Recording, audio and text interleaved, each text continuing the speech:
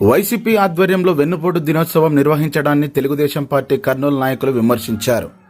కర్నూలు జిల్లా తెదేపా కార్యాలయంలో కూడా చైర్మన్ సోమిశెట్టి వెంకటేశ్వర్లు మీడియాతో మాట్లాడుతూ వైఎస్ జగన్మోహన్ రెడ్డి సొంత కుటుంబ సభ్యులకు వెన్నుపోటు పొడవలేదా అని ప్రశ్నించారు. సొంత బాబాయిని హత్య చేస్తే ఇంతవరకు నిందితులను ఎందుకు అరెస్టు చేయలేదన్నారు.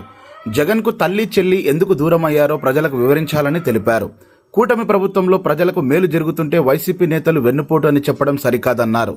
అనంతరం కూడా చైర్మన్ సోమిశెట్టి వెంకటేశ్వర్లు మాట్లాడారు.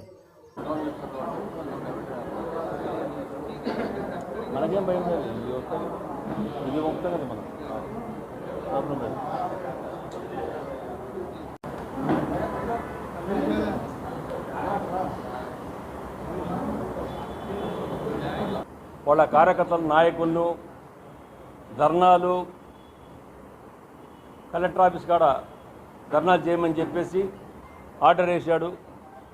జగన్ నీకు పిచ్చి పట్టింది, రాజకీయ సమాధి కట్టింది కాబట్టి నీకు ఏం మాట్లాడుతూ అర్థం కావడం లేదు.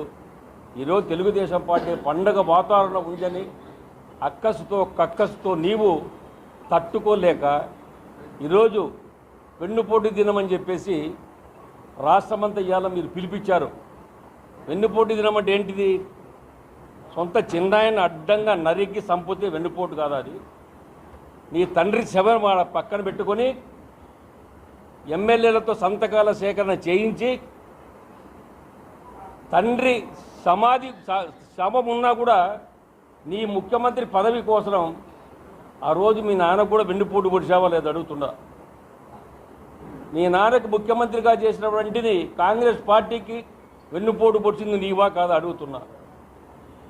తల్లిని చెల్లెలను ఆస్తులు పంపకం ఇవ్వాల్సి వస్తుందని చెప్పేసి తల్లికి చెల్లెలకు వెన్నుపోటు పొడిచింది నువ్వా కాదా?